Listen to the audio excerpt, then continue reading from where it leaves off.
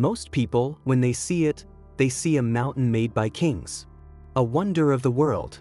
They see gold, power, a stairway to the gods. They're not wrong, but I see something different. When I place my hand on this stone, a stone I helped put here, I don't feel the coldness of rock. I feel the warmth of the sun from 1,000 forgotten mornings. I hear the shouts of my friends. I taste the dust in the bread, the sweetness of the water from the Nile. My name is not written on any wall here. My story is not carved in stone for kings to read. My story is the stone itself. I am one of the thousands who built this. And this is how we did it. I was a farmer. My world was small. It was the black earth, the green reeds, and the great river. The Nile gave us everything. Each year, it would swell, swallowing our fields in its life-giving flood. For 3 months, we could not farm. It was the time of waiting. But for my generation, it was also the time of building. I remember the day the scribe came to our village. He wasn't a soldier, but his papyrus scroll held more power than a spear. He read the names. My name. We were to go to Giza, to work for the Pharaoh, to build his home for eternity. Was I afraid? I was a boy of 18 summers. I had never been farther than the next village. But there was also a pull, a feeling that my life was about to become part of something bigger than the planting and the harvest. My father placed his hand on my shoulder. Work hard, he said, honor the gods, and come home. The journey to Giza was a blur of boats and sand. And then we saw it, rising from the plateau. It was not yet a pyramid. It was a beast of stone and wood, swarming with men who looked like ants from a distance. The noise was the first thing that hit you. The constant tap-tap-tap of copper chisels, the rhythmic chants of men pulling ropes, the grinding of stone on stone. It was a city built for one single purpose. They put us into groups. They called them Phils. We were the drunkards of Menkor. It sounds funny, but it was our new family. We ate together, slept in mud brick barracks together, and worked together. Our leader was a man named Bakri. He wasn't a cruel man, but his eyes saw everything. He knew when you were tired, when you were hiding an injury. My first job was simple. Carry water. All day. From the canal to the men cutting the stones. My back ached. The sun was a hammer. In those first weeks, I thought of my father's words. Come home. It felt a world away. You learn to survive. You learn the rhythm of the work. Before the sun was fully awake, we were given our bread. Hard, gritty bread, but it filled your belly. And beer. The beer was weak, but it was calories, it was life. The real work was moving the stones. Imagine a block of limestone as big as a cow. Now imagine hundreds of them. We would haul them from the quarry on sledges. We'd pour water on the sand in front of the runners to make them slide easier. It was all about teamwork. Bakri would stand at the front. He would start a chant, a simple psalm. It wasn't for entertainment. It was for timing. We pulled together on his command. Your muscles would scream. The rope would cut into your hands. But you did not let go. Because the man next to you was pulling just as hard. The man behind you was counting on you. We were not slaves.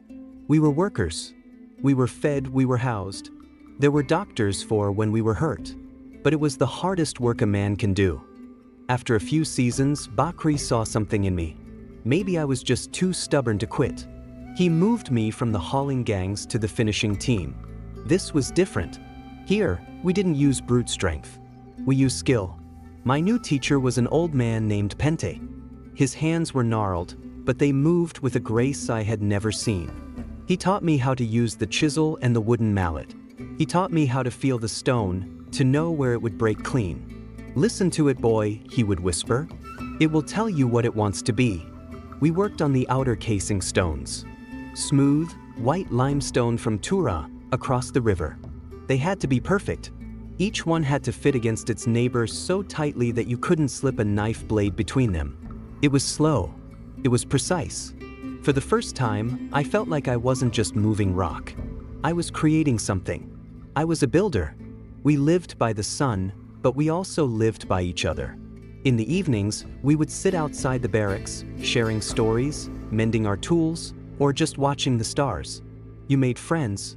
Deep friendships, forged in sweat and hardship.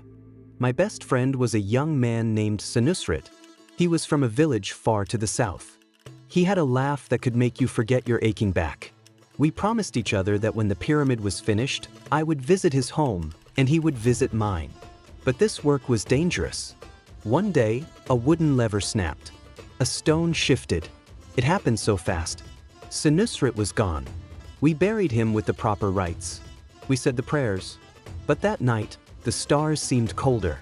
His absence was a hole in our gang, in my heart. You learn a hard truth on the plateau. You are not building for something that will outlast you. It'll last all of us. And sometimes you pay a price. Years passed. The seasons of the flood came and went.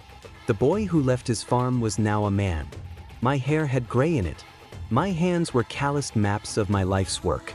And the pyramid, it was nearly complete. The day we placed the pyramid ion, the final capstone, on the very top, a cheer went up from the plateau that I think the gods themselves must have heard. It was covered in electrum, a mix of gold and silver, and it shone in the sun like a captured star. We had done it. This impossible mountain of stone was finished. We stood there, thousands of us, covered in the dust of our labor, and we looked up at what we had made. Not for us. For our king. For our gods. For Egypt. For eternity. There was a pride in my chest so big it felt like it could move a mountain all by itself. I went home. I returned to the black earth and the great river.